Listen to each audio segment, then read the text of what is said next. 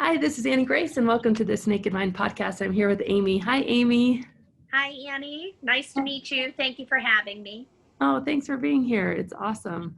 So why don't you kind of take us back to the beginning in your journey with alcohol, like back to kind of your first drink or when you were a kid?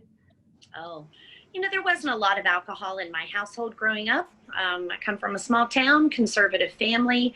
Of course, there would be events and it would be there, but it really was not part of my upbringing. There wasn't a feeling about it one way or the other. It's just our focus was on other things. It just wasn't around really until end of high school. A lot of my friends enjoyed drinking, but I always seemed on the outskirts of those groups. I really didn't start drinking until college. And at that time, I thought it was just something college students did, and figured once I graduated, I would move on and it wouldn't really be part of my life. And in large part, that was true. For many years, that was true. I did have one really fun year in college. Then I graduated and I went to law school and, moved on with my life. It really did not become prevalent in my life until I became a parent. And I became a parent to a special needs son, pretty involved. And then less than 2 years later, he had a little brother who also had needs. So really wasn't until my parenting experience that it became common in my household. Okay, interesting. So you had some fun in college, but Yeah, it was really kind of a take it or leave it sort of it really situation. was. I thought, I need to get on with my life. That's something that kids do, use and abuse. And so I'm just going to move on with my life. I remember reconnecting with childhood friends who were also some of my college friends for a high school reunion. And one of them said to me, you don't drink? How do you not drink? And I just said, well, it's really not part of our lives. And she went on, well, when you go to somebody's house for dinner, you bring a bottle of wine, right? I mean, how do you avoid that? And I said, well, at this point, I don't go anywhere for dinner. I'm a special needs mom. So my life was entirely different. I found it notable that was curious to a lot of people that I'd known earlier in my life, but really, no, it just was not part of my life until I became a parent. And so can you talk to me a little bit about, your emotions? I mean, I'm a mother of three, none of them are special needs, but I remember kind of the process when you're pregnant of going through the diagnostics and whatnot and waiting for the results and that emotion and what that was like for you. Diagnostics of my children? Yeah, did you know they were special needs before they were born? No. Okay, so No. you didn't have that kind of... No, there was no preparation. There was no nothing. You go into the hospital, you're naive, you're a little bit scared. You have an idea of what you think that life is going to be. And in the blink of an eye, it changes. And that isn't always the case. It was the case with my older son, not my younger. Well, yes, my younger son too. Okay. That emotion is always just beneath the surface. And so a slight tangent is that I know that there is the argument of, look, you don't want to take a drink. You know that it's not going to change anything. Drinking is not going to suddenly take away the diagnoses. And my response was always, but that's the point. That's the whole reason why we drink, is because it's not going away. It's a marathon. It's lifelong. I know it's not going to go away, but at least for the next 20, 30 minutes or however long, can I not think about it? So those emotions never go. They're always there. And it's the harsh reality of what this life is. Could I preface this by saying I'm a proud mother, and I am a proud special needs mother. I love my children just like you love your children. And so when we have these conversations, we'll have some honest words, but it really does not take that love away. Yeah, I course. feel that honest words help us all. It certainly doesn't negate any love that I have for my children, but it is a tough life. It is tough. My first son, I could tell from his first cry. I knew when I'd had him, I could tell by that cry was not quote unquote normal. But I was hormonal. I had just given birth. I was younger. I wasn't a young mother, but maybe mentally I was, because I just thought life played out in a certain way that was very similar to the way that I grew up. And I just thought I'd be a soccer mom. My kids would be in school. They grew up, they go to college. That's what life was going to be. Then we had that first cry, and there was this fleeting thought of, that's not right. And I pushed it to the back of my mind. I remember cementing a smile on my face. I remember telling myself, go put on makeup. People are going to come to the hospital room. You need to be prepared. Go put on makeup. Like the makeup was going to change something. But in my mind, I needed to soldier on. Yeah. And so that's what I did. I pushed it to the back of my mind. Doctors visited. They weren't quite sure. He looked a little different. I had tested for Down syndrome when I was pregnant, but he had a look about him in his eyes and his forehead that made them think, but really, there was no determination. I think the doctors did a wait and see, but I was so young and naive, I didn't know that that's what was going on. I really had no clarity. I just knew I was thrown into a life of crisis. This child couldn't digest anything. He couldn't sleep. He had sensory processing issues that I didn't even know existed at the time. So you swaddle a newborn, but if you do that to my older son, it felt like his skin was on fire. He couldn't handle touch from me. And of course, the more he cried, the more I hugged him close. And the more I rocked him to try to soothe him, not realizing that made him sick to his stomach. So, I did everything wrong while trying to do everything right. And within months, I was just fried, exhausted at the end of my rope. I just did not know what else to do. And the doctors would say, give it time. Keep a log. So I'd keep a log of what food. And, he never slept. Ever, maybe catnapped 15 minutes and then would be up for hours and then 15 minutes. And, so I knew there were issues. He did not get diagnosed until his younger brother was 2 weeks old. So I became, during this chaos, I became pregnant again. And I had a second child who was born with a paralyzed arm. So it wasn't really developmentally. There was a physical disability with him. And I saw it when it came out. I saw it and I thought, well, it's a physical disability. It's finite. I can deal with a physical disability. Plenty of people live with just one arm. We can do this. And to me, developmental delays were more elusive and, in my mind, scary. When my younger son was born, the doctor took him and put him on my chest. I didn't get that with my older son. He went to the ICU. So that was my first experience. And my younger son just immediately locked eyes with me. And it shook me. And it was the first that I realized I'd never locked eyes with his older brother, ever. I actually felt very naked and vulnerable. And I looked away first. Here, my younger son wasn't even 5 minutes old. And he'd already looked into my soul. And so I realized that there was another issue. So 2 weeks later, we found out some of it. He's an involved fella. Both of my sons in common, they have autism.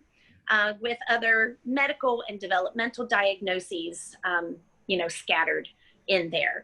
But I thought, okay, with my younger son, I thought, well, we're just going to have a paralyzed arm, and the older son will be a little more involved. But as my sons grew, then we realized with my younger son that, he had some developmental challenges also. So there we are. What was it like? I remember my parents, I don't live near my family. I remember my parents calling me and saying, how are you? And I said, well, I think I'm depressed. I went, I believe I'm functional, but I think I'm depressed. But, everyone's looking at you. Nobody I knew had special needs children at that time. And they just see that these kids are crying and there's all sorts of chaos and things aren't right. They're not passing, they're not passing developmental milestones. They're not this, that, or the other. And they look at the mom. And all I know is I was up 24/7. I was working around the clock. I was pouring my soul into these children. And, I just didn't, I was doing my best. So, it wasn't until I came in contact with more parents of special needs that alcohol came back into the picture in my life. Yeah, which absolutely makes sense. I mean, first of all, I think that there's some, like, just not knowing you aside from the last 10 minutes or whatever, but I think that there's some really cool themes of just survivorhood in your story. Like even the going to put on makeup, or like, okay, we can deal with this. And when people are depressed, they say, get dressed, put on makeup, go outside, like do these things, take these steps of like self-ownership, like control what you can control. And that's really cool. I just wanted to acknowledge that. I also wanted to just say that, yeah, your logic about drinking because it doesn't go away, drinking because it seems like forever, it just makes so much sense to me. So that argument just never worked with me. And I would even read it on the Facebook page. People would comment and say, look, it's not going to change anything. Well, that's why we do it. Nothing's going to change it. This is what it is. And so that mommy needs a drink mentality is taken to a whole other level when we're talking about the special needs community. Absolutely. It opens up doors. It gives you a license to do all sorts of things. And not only people would basically hand you the cup or the bottle. They would say, if anyone deserves it, you deserve it. Yeah, that makes so much sense. So on one hand, you got connected with all these other moms who are experiencing the same life situations you are, and that's amazing. And then also, because we're all doing the best we can with the tools we have, the moms are saying, hey, here's the tool that works for us. Have a drink. It really is. And, it's not even unique to my circle or my town or my state. In the age of social media, becoming connected with parents like me means I'm connected with parents across the country and around the world. So this I'm not talking about a small circle of friends in some unknown place in some isolated situation. It's interesting how that approach is prevalent everywhere. And I was welcomed into that fold sort of in that way. She's young, she's got 2 kids, she's doing it all on her own, and we all need to rally around her. And of course, handing you a glass of wine and taking away your keys and saying, here, go to it. And that's just what you learn to do. Fill the cup. I've been looking at COVID, all the moms homeschooling. So let's have a glass of wine. This next generation's being reared by drunks who are homeschooling during the day. It's not too far removed from that. The stress of parenting and trying to get your children educated and on a good path, it gives you license to do that in society's mind. Yeah, absolutely. And I think it's well-intentioned too. I think that's one of the things that we really, when we demonize things like mommy drinking, I don't think it does anybody any good, because the truth is it is very well-intentioned. We're really trying to help each other out. It's really true. And then somewhere along the way, it becomes your coping mechanism. And so getting together and circling around somebody, the tool to helping you is more, here, have a drink. Of course we're sharing, of course, but the drinking somewhere along the way, and that's blurred for me, but that becomes your coping. So if your friends can't get together and it's a rough day, that's all right. I'll just get a bottle by myself. Yeah. And there's the next step, and then another, and then another. Absolutely. So what did this part of the journey look like for you? For me, it wasn't falling down drunk, blacking out, anything overt. It was sneaky. It moved from being enveloped into a new community and having camaraderie to having it in my house when I hadn't before, um, drinking at any time of day, because we literally, many of us are up all night long because we have Mhm. children that don't sleep. And so there, those lines of acceptability, even within drinking, uh, become blurred. And so, some might say, don't drink in the morning unless it's a mimosa. Don't drink. Well, if it worked in the morning, it worked in the morning, and you deserved it because you were up all Mhm. night, or because your child had a seizure and you've got PTSD from it. And it was a license to do it anytime, anywhere. Um, Absolutely. was I drunk? Certainly not. No. In its own form of, um, it's just as bad. It's no better that I wasn't falling down drunk. It's just as bad that it was so prevalent that I celebrated with it. I was bored with it. I was sad with it. I was anxious with it. I was down and out and lonely with it. I was with friends with it. Carve a pumpkin, beautiful fall day, have a beer. It's raining outside and really cold, have some whiskey. I don't know. It became the way you did everything. So I found it really sneaky and really difficult to break up with. Yeah, I found very much the same thing in my journey. It was different in the sense of like the people giving it to me were just in a different circumstance, but it was the same principle Same of thing. here, this is hard, so let's do this thing. And Yeah, then all of a sudden that thing, which was just out of the house, was suddenly in the house, and come home and be like, okay, I could exercise or I could pour myself a drink. Well, that's easier. And, I've you earned the know, drink. I earned the drink. This has been so hard. And then, very, very slowly starts to become something that only in hindsight you can see is actually maybe not helping as much. And even that Right. is terrifying. So you're not really willing to admit that or even have that conversation with You're yourself right. because this has become such an important, and by the way, working, at least from the perspective that we had then, coping mechanism. You think you're functional. Hmm. So then what happened? Well, I got divorced. And so suddenly, instead of being married with two special needs children, I became a single mom with two special needs children. And I needed to earn an income. Before, I had the luxury of being the stay at home mom and running doctors and schools and therapies and for two. It's a full time job. And what tugged at my heartstrings was my marriage failed, and my children were going to have to suffer the absorb that change in their development, because if I had to be a single working mom, I wouldn't have the luxury of being home. One son is homebound. He's not in the school system, so well, he is kind of, but he's homebound, homeschooled with a delivery of services here to the house. He wouldn't be able to do that anymore. And where would that put him?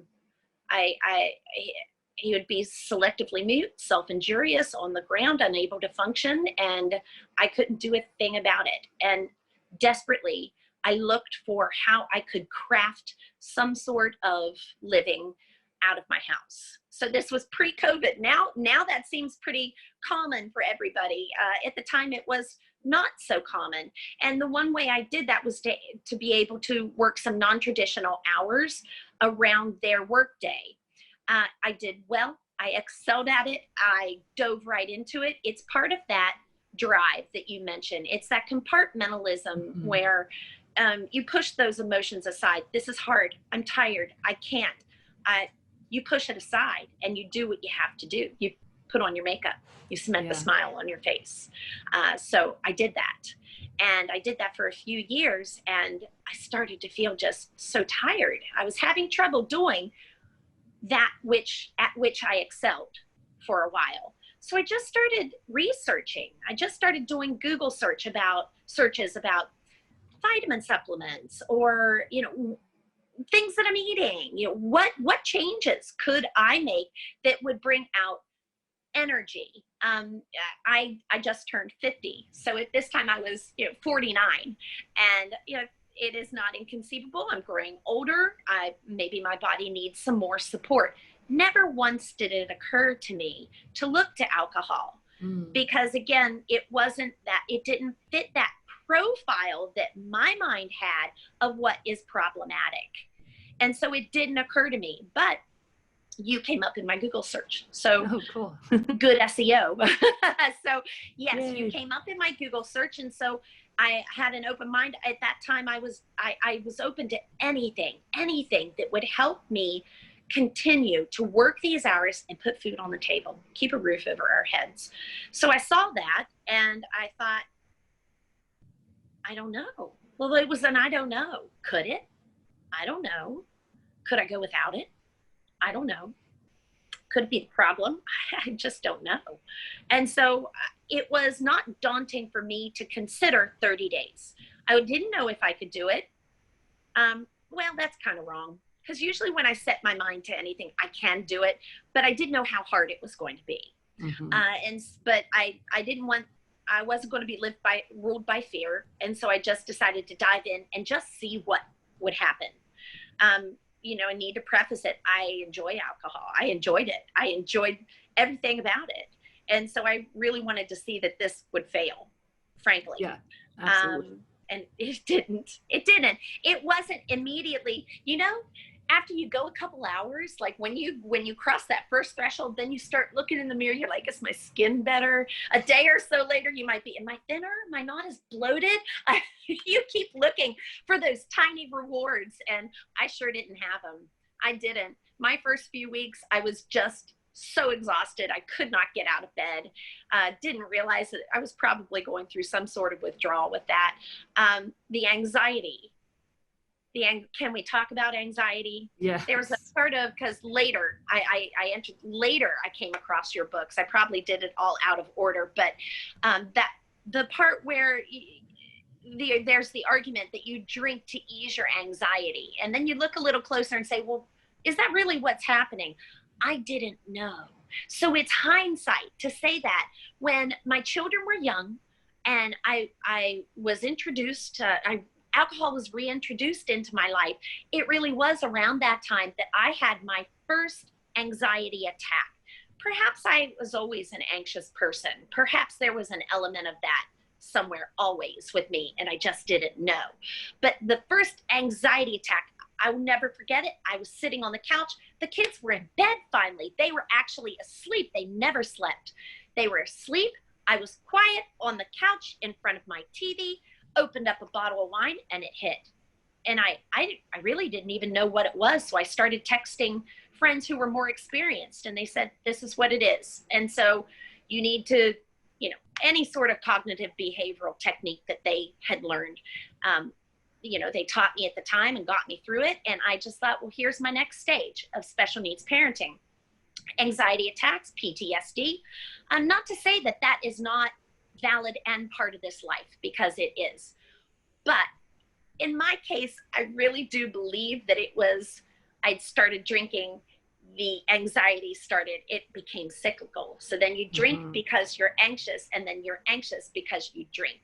And so that was my first real light bulb moment that the anxiety, so it's almost a year ago that I came across you and started down this path.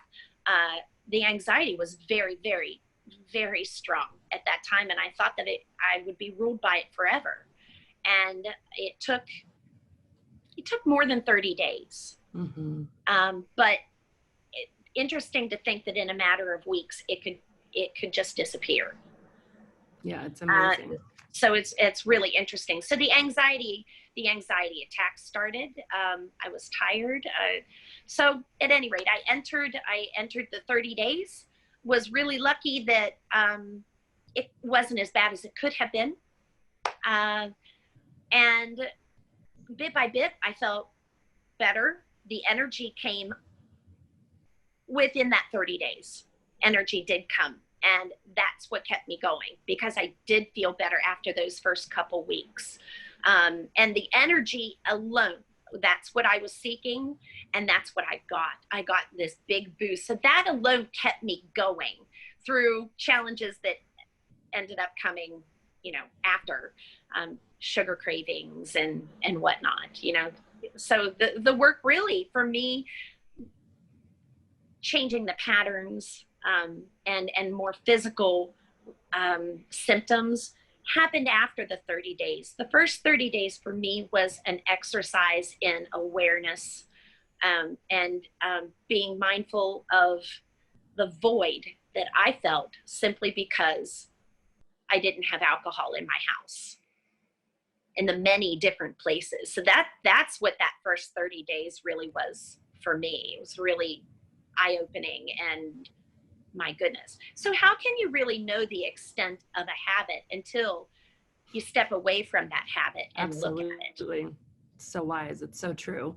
And it's interesting because with the anxiety attacks specifically, just to touch on that a little bit, I think it's just worth saying that when they happen, especially when they happen to someone who is like, I can just already tell, like a survivor who's like, you know what, I'm going to get through this. I'm going to put my head down. I'm going to make this happen. This is going to do it.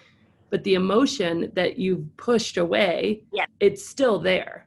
And Yes. so you push it away into, a drink, or you push it away into, just the mentality of like, no, this has to happen.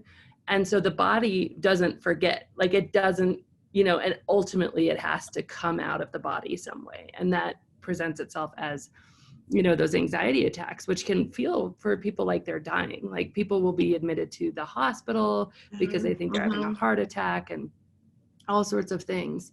And it can be absolutely terrifying. And I think it's most terrifying for people who really have just almost prided themselves on being like, Strong. no, I got this. Like, I'm okay. And then you're not, so.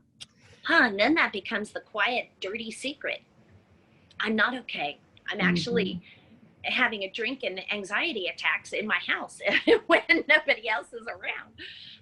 Now without the alcohol, it comes out. I cry. I just cry, and I'm not scared of that anymore. Before I might have been scared because I thought if I'd start crying, I would never stop. Yeah. And you stop, and you actually feel better for getting it out, so you're not tamping it down. Yeah, crying can be such a gift, and we've made it so wrong in our society. We made crying even wrong. People try not to cry at funerals. They're embarrassed of crying at funerals. And but it's such an important part. I mean, it's the first thing babies do.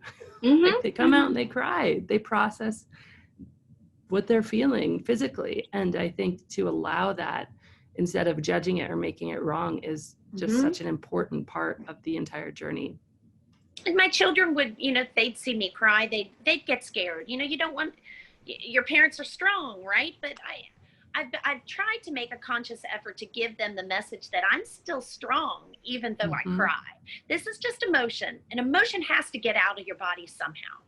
I wish collectively we could send a better message to our children about that.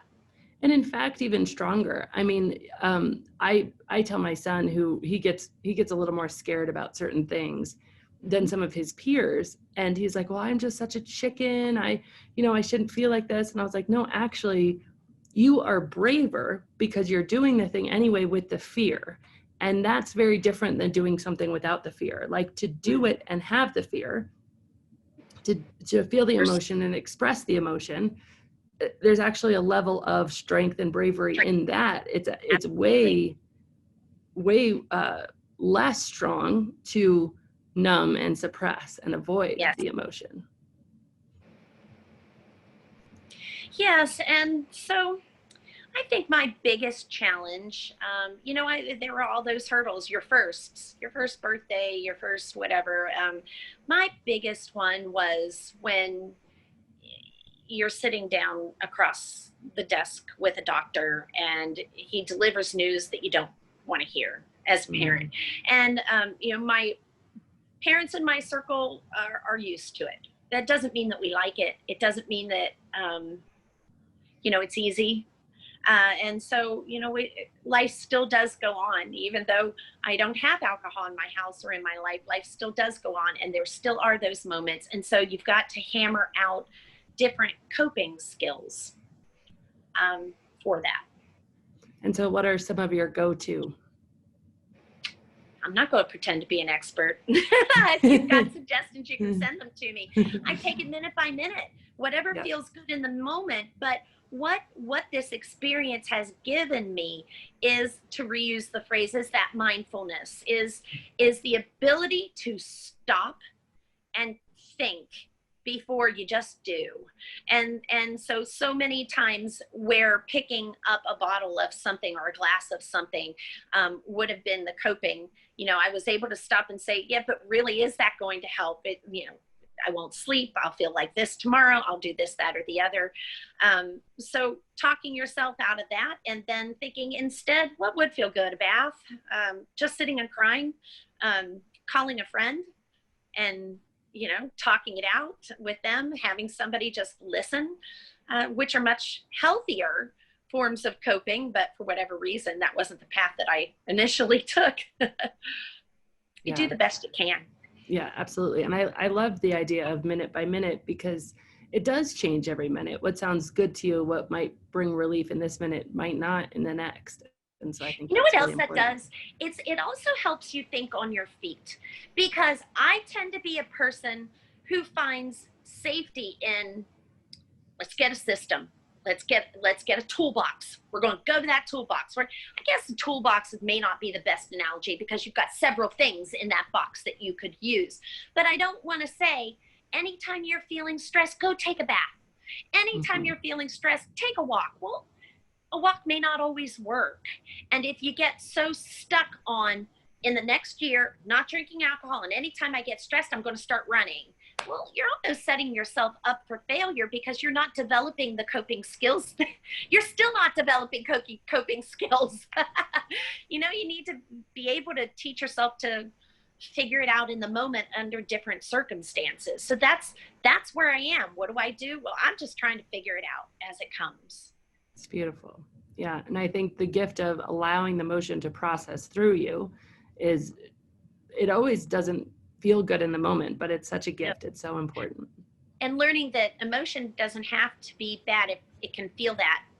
But like I said earlier, I thought that it would come and then it would never go away, and I would be collapsed in a puddle on the floor. But that's really not the case. It'll go. It'll pass. Emotion passes. So it's just quicker and healthier in the long run to go through that emotion and feel it and let it pass, and then figure out your path forward.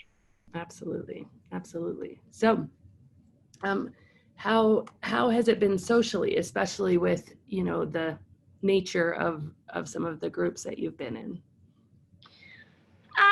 Interesting when you have you've made a decision to change your life, and you still have friends and people that are living the way you used to.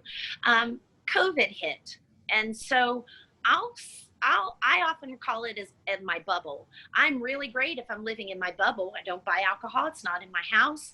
I work from home. I'm homeschooling one child. The other child's here too, but so in my house, in my isolated life, it's okay. But there are those moments. So I would imagine, absent COVID, it would have been a bigger challenge for me. Living life normally. I'm single. Anybody talks about a first date, let's go grab drinks. Let's get together, celebrate a birthday in a restaurant somewhere, and there's going to be alcohol and so many more. I think it would have been more difficult for me. So I know while some people, a lot of people, the whole world turned to drinking during COVID, for me it actually kind of helped a bit, because it eased that pressure of that social pressure. And so I've been able to kind of step into that, as opposed to having it just slap me in the face. That's a great silver lining for sure. Absolutely. Mm-hmm. So let me ask you, let's finish up. And of course, if you have anything else you kind of want to share, please do. But let me ask you the question that I always ask, which is, if you were going to go back to Amy, who really felt like, alcohol was the answer to the anxiety rather than the cause, and was very much just trying to keep everything together, doing the best she could with the tools she had, and you're going to tell her about what life is like today, what would you tell her? Just try it. I always try to be open, and even to those things that sound wrong to me. Your initial reaction could be, no, well, that's not me, or that's not for me. But, quiet those thoughts and listen and be open and just try it. No harm in trying it and finding out that that's not the case. But I would say to the Amy, then you're going to find out that that's the case. The anxiety was a huge component for me. Absolutely. Me too. Mm-hmm. Absolutely. Well, thank you so much. What a powerful, powerful story. And, I'm sure that it's not only not unique for the mother story, but to specifically have a story with special needs. I know that this is really going to help somebody out there who is in your same situation, really wondering what they can do. I appreciate you for the platform and for the being cognizant about the issues, dissecting them, and putting it out there, and encouraging people to think. There is a need. There is a need for that support in the special needs community, support and awareness. And so I just thank you for your work and for being bold. And stepping into that and owning your truth and helping other people to do that also. Well, thank you. Are you ready for a deep dive and truly lasting change? If so, you might consider my intensive program. It's a 9-week self-led program that you can do in the complete comfort of your own home, and it will truly transform your relationship with alcohol. If you want to learn more about this, go to thisnakedmind.com/intensive. And as always, rate, review, and subscribe to this podcast, as it truly helps the message reach somebody who might need to hear it today.